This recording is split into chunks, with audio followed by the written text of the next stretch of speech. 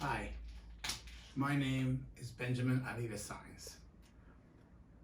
I wrote something that I wanted to share with my readers because I just needed to have a sense of wanting to communicate something to you that I thought was important. And I started writing something the other day and I finished it. And I really wanted to share it with you because I think that we all need to hear words that matter, and I wanted to give you some words of hope because I think that's what you need most. That's what I need most. That's what we all need most.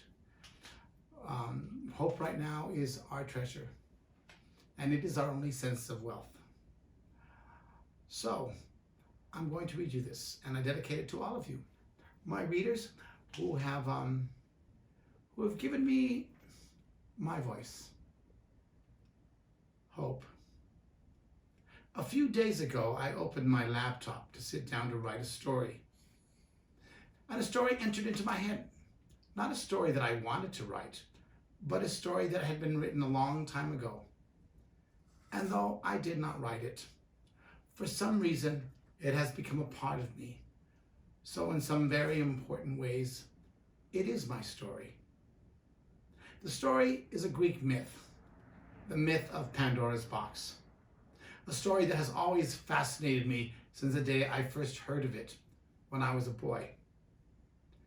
Every time I think of that story, I walk away with a better understanding of myself and the world I live in, and am in awe of the power of stories that help us to decide which roads to take as we walk our many journeys.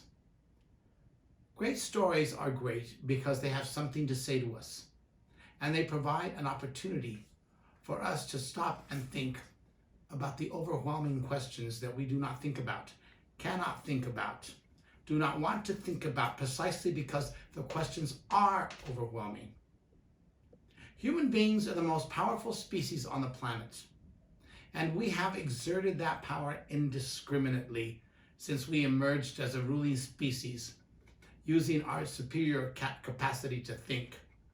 Though it seems to me that we are often disinclined to use our highly developed minds to actually think. Human beings have been a violent and destructive force on this planet. We are a distasteful lot, and masters at making all sorts of animals, plants, and even members of our own species extinct. Human beings, people, are complicated. Our presence on the planet has often focused on exerting our power, conquering, colonizing, destroying, and warring and competing with each other. But we have other abilities, and not all of them are destructive. We have an amazing ability to create. We seem wired to look for and create beauty. We are artists. And among our greatest gifts is our ability to create languages and convey the depth of subtlety of what we see and observe, what we love and what we hate. The languages we speak are the greatest tools we have to articulate and overcome our own ignorance. The stories we write or tell have never been written simply to entertain. The stories we write help us to explain who we are to ourselves, help us to create order out of chaos, enable us to communicate with each other above and beyond the utilitarian. The stories human beings have written throughout time carry within them the side of humanity that is transcendent and seeks a meaning that lies both within us and beyond us, and desires to touch and understand the blueness of the sky and convey our joy, our pain, and put into words our emotional lives that we find at times almost impossible to understand. We have an insatiable need to know that our lives must have some greater meaning than the mere ability to survive. Perhaps that is precisely why we are writers and readers of stories. Stories do not merely transport the knowledge of the past into the present. Knowledge carries with it that which we call wisdom. We have always had within us a capacity to be wise. We have always had within us the ability to discipline ourselves, not to oppress or to repress ourselves, but to exert control over ourselves that is basic to the creation of a civilized society that enables us to become individuals with an awareness of our own independence, but ever conscious that we are part of a greater society that enables our survival and shapes who we are. Stories remind us that we belong to each other, and only that belonging can give our lives any meaning, despite our need for our own independence. We cannot survive without stories, because we cannot survive without wisdom and the communities that brought forth that wisdom into the world. All stories, no matter when they were written, exist in the present. A story written 2,000 years ago exists in the now, and it speaks to us in the now, and we read it in the now. It still amazes me how the stories from other ages and other cultures speak with such directness and such clarity. Stories give us words and a power that no arsenal of weapons can give us. There is no innocence in a weapon, but words keep their innocence even when we are determined to strip every word in our vocabularies of that innocence. We have grown so accustomed to misusing and twisting words that they have lost their power to convey any truth to us, any truth at all. Words, all words were intended to convey and communicate the necessary truths of our worth, our dignity, and remind us of our capacity to transcend our own flaws and avoid the tragedies that seem to us to be so inevitable. No tragedy is inevitable. Perhaps through all the noise and the nonsense, all the rants, all the hatred, all the greed, all the deceit, and all the quest for power, we have robbed words of their sacredness, which keeps something of the holy burning within us. Words are sincere and fragile and stubborn and tender. We have sinned against our language so often that we have turned words into something cynical and ugly. Though it does not seem apparent, there is still much wisdom left in this world, and it is not too late to access that wisdom. Which brings me back to the story of Pandora's box. In Greek mythology, Pandora was a woman who was created on Mount Olympus, a woman so beautiful that no one could resist her, neither mortals nor gods. When she was formed by the gods and brought to life, all the gods bestowed on her a gift. Hera, the wife of Zeus, bestowed on her the gift of curiosity. Hera knew full well that curiosity was a powerful and dangerous gift. When Pandora was brought down to earth, she was offered as a gift to Epimetheus, who was the brother of Prometheus, a titan whom Zeus had punished for giving fire to the humans of earth. The gift of fire gave humans more power, gave them more possibilities, made them more independent, and this did not please Zeus. As punishment, Zeus changed Prometheus to a cliff, and every day he sent an eagle to feast on his liver. During the night, Prometheus' liver would heal, and the next morning Zeus would again send the eagle to feast on Prometheus' liver. And so the punishment went on ceaselessly, day after day, week after week, year after year. Prometheus' suffering was cruel, painful, and endless. Epimetheus unwisely accepted Pandora as a gift from Zeus and took her as his wife. Pandora had been given a gift when she left Olympus, a box that she was never to open, for to do so would be to unleash unimaginable chaos on the earth.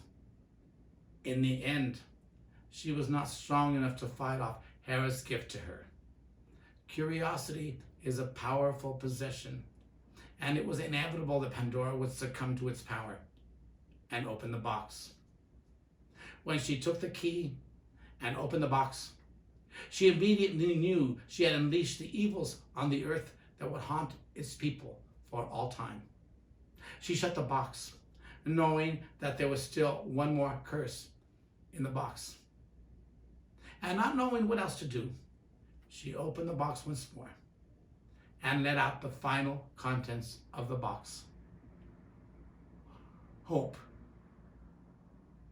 Alongside all the curses that she had released to wander the earth, war, hatred, violence, sickness, death, famine, jealousy, greed, there was also hope. And some would hold that hope was the worst curse of all, for hope held out a false promise that was far too weak, incapable of doing battle with all the evils that had made themselves at home on the earth. But such a point of view is to underestimate the strength of hope, which has persisted and shown its glory, its beauty, and its courage after each catastrophe throughout history. Because of hope, the peoples of the earth who survived war after war and the hatred that led to them, who survived epidemics throughout the centuries, the survivors overcame despair and were able to rebuild their cities and their nations. The ruins and the dead who lay in their tombs became the foundations of greater civilizations. No war, no famine, no pandemic was strong enough to silence the quiet voice of hope, which beat relentlessly in the heart of every woman, every man, every child. Some people, like me for instance, believe that hope is the greatest gift we possess as human beings. Nor, I would add, should we take for granted the curiosity that was handed down to us from Pandora. Her enduring curiosity, that is our inheritance alongside the hope that lives within us, has helped human beings to survive, to endure, to sacrifice, and to look always toward a better future. There is no future without curiosity and without hope. Curiosity led us to all our scientific breakthroughs and led us to the possibilities and creations of music and art and poetry and dance and literature and architecture and engineering that have created the roads that connect us all to each other. Ships and planes and cars and trains, all the products of our wondrous curiosity translated into science and engineering, has given us the possibility of travel. And that thing called travel has given us the capacity to reach out and communicate with other cultures and open up avenues of compassion and understanding between peoples and nations. Curiosity and hope. Perhaps every story ever written carries within it our violence and our cruelty, but every story ever written also carries our curiosity and our hope. I have been struggling with my own hope these past few months, but my disposition does not lead me down to the road of despair. I am a writer of stories. In writing them, I have transformed my hope and my curiosity into an art form that has reshaped my all too human heart. I am a writer by desire, by discipline, and by disposition. And though I struggle because I am flawed and weak, and the chaos of the world I am living in at this moment makes me unbearably sad. I struggle because I simply do not understand how a man who does not possess one admirable quality is the leader of the country I love. I struggle because I do not understand my country. How have we come to this? Last week I woke at 4 a.m. and I went to the bathroom and drank a glass of water. I went back to bed and I found myself weeping uncontrollably. And hell, I just let myself cry. I hadn't realized how sad I was, and I kept wondering why it was that all my life I have cared so much about the society, the country, the world I lived in. Why wasn't I born the kind of man that just didn't give a flying fuck about things I have no control over? But today I'm not crying. I'm grateful. I'm grateful that I care. I'm grateful that I have the capacity to be sad for the people of the earth that are suffering. I'm grateful that I have a capacity to love many people because I have come to understand that love is infinite and that there is no such thing as having too many friends. I'm grateful for the love that people have given me and that I have finally learned to let myself be loved. I wake to the news of the deaths of my fellow human beings all over the world. I see and hear and understand that the leadership in my country, the United States, has neither the will, nor the discipline, nor the desire, nor the honesty, nor the compassion to help its own citizens as they die. But I refuse to judge the people of this nation by the flawed man who leads it. We cannot expect the man who was elected to sit in the White House to give us hope when he has no hope to give. But what is to stop us from giving each other hope? What is to stop us from loving one another? As sentimental as that may seem to those who are inclined to emotional anorexia, I think a lot about the people I love these days and try to remember each face and each smile and find myself trying to remember when it was that I fell in love with them. I don't give a damn who the president is. It is not him who stands in the way of us becoming more virtuous, more forgiving, less prone to judging. When are we going to progress on the path to human understanding?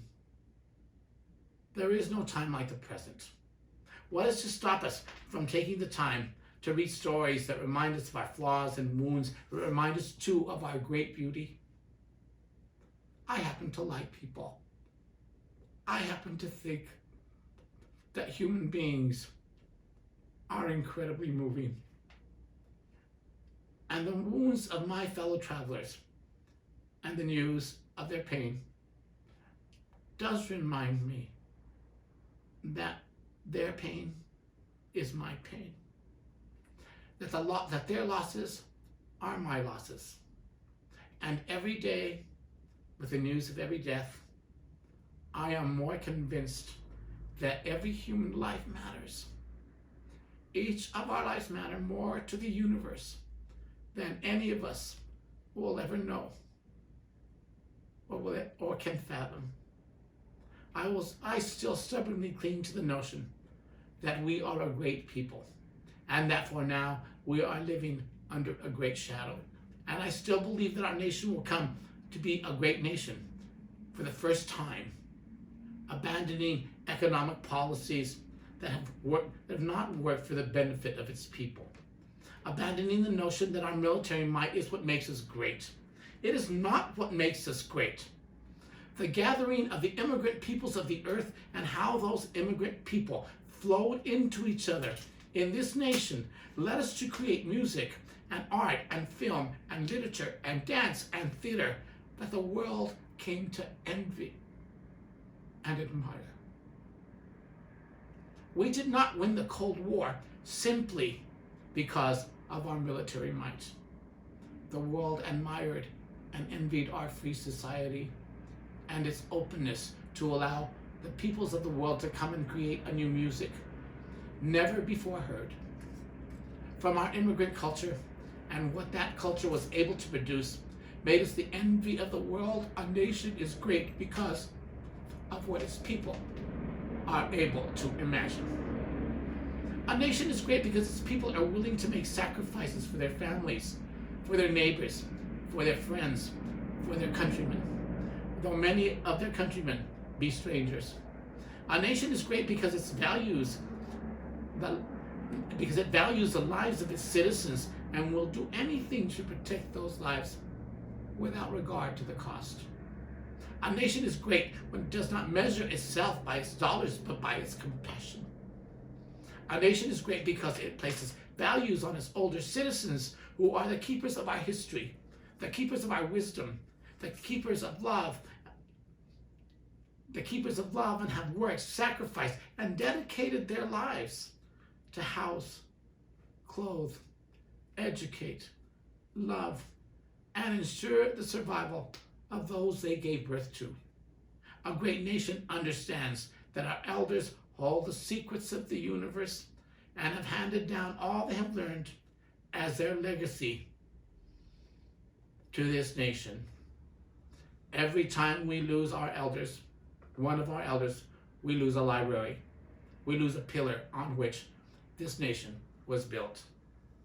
A nation is great because not because it wields power over other nations, not only because it values the lives of its own citizens, but because it values the lives of the citizens of other nations as well.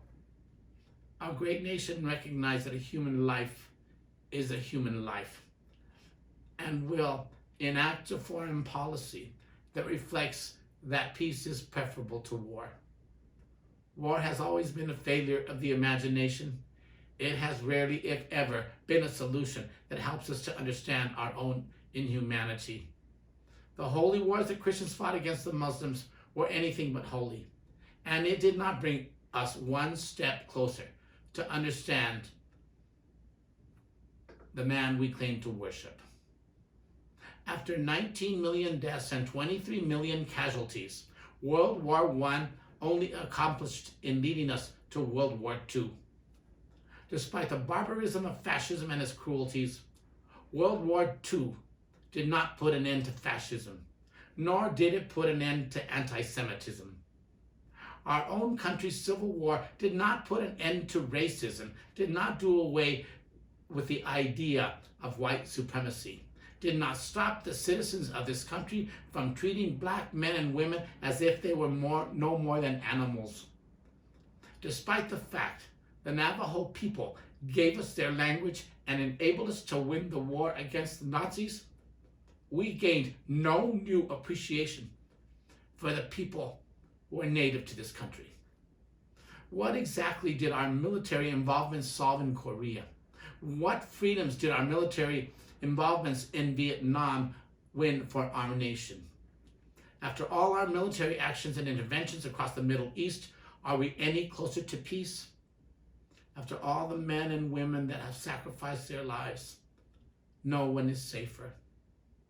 A nation cannot claim to be great when it only imagines weapons and arsenals and armies that inspires fear and a shallow patriotism, but does nothing to earn our respect around the world and is incapable of winning the peace. A nation that spends more than half of its budget, that spends more than half the money that the people send into the common fund for the common good, when no good comes of it, cannot call itself a great nation. We can afford to offer health care for our people, and we have the resources to create the finest educational system the world has ever known, and offer that education for free to its children and prove to them that in fact we love and treasure them. We have the wealth to do all of these things. I don't know where along the line we lost sight of who we are as a people and what our real purpose was in terms of what we can offer our own people and what we can offer the world community. The concentration of our wealth on the few has bankrupted our nation economically and politically, and has disrupted our social fabric and corrupted our democracy. We decry socialism as an evil, but happily engage in that evil during national emergencies, throwing money at wealthy institutions to ensure their survival, and yet toss pennies to the people those institutions rely on for the accumulation of their wealth. There is nothing great about a nation that engages in an economic system called capitalism, when that capitalism seeks to deny any capital at all to its citizens. A nation cannot claim to be great because it creates billionaires when millions of working people sink into debt and poverty. A nation where the healthcare industry and insurance companies and pharmaceuticals make trillions of dollars and millions of Americans have died, are dying today, right now, and will continue to die for the lack of access to healthcare, has no right to call itself great. We are, as a people, as a nation, struggling through chaos. We no longer know who we are as a people, and we are refighting the Civil War. We react but do not think. Rage has become our default emotion without stopping to realize that our anger comes from a hurt, and we have become incapable of examining where that hurt comes from because it is too difficult and too painful, and we have convinced ourselves that making ourselves vulnerable only opens the door for others to victimize us. And we have become victims of our own fear. And the powerful have taken advantage of our fears and used them to their advantage and have left us to our own devices. These are dark days for our republic. Yes, we must all make sacrifices. Yes, we must learn to bear these days with patience. Yes, what we are living will exact a price from all of us. But I believe that as a nation, we have not absorbed sacrifice as a virtue. We seem to have banished humility and forgiveness from our national discourse. Our politics has been turned to a politics of condemnation, and there is no room for compassion in such a politics. Understanding has been banished from the building. But those of us who will survive this pandemic, those of us who survive this economic devastation that will leave millions of us in a shameful poverty, and this in the wealthiest nation on the planet. Those of us who survive must all realize that a return to how we were doing business in this country is neither tenable nor desirable, nor does it benefit the people, nor does it strengthen our democracy. There are certain things that we must drop along the road as we travel toward daylight, hate and bigotry and greed being among them. Our curiosity will lead us to another way.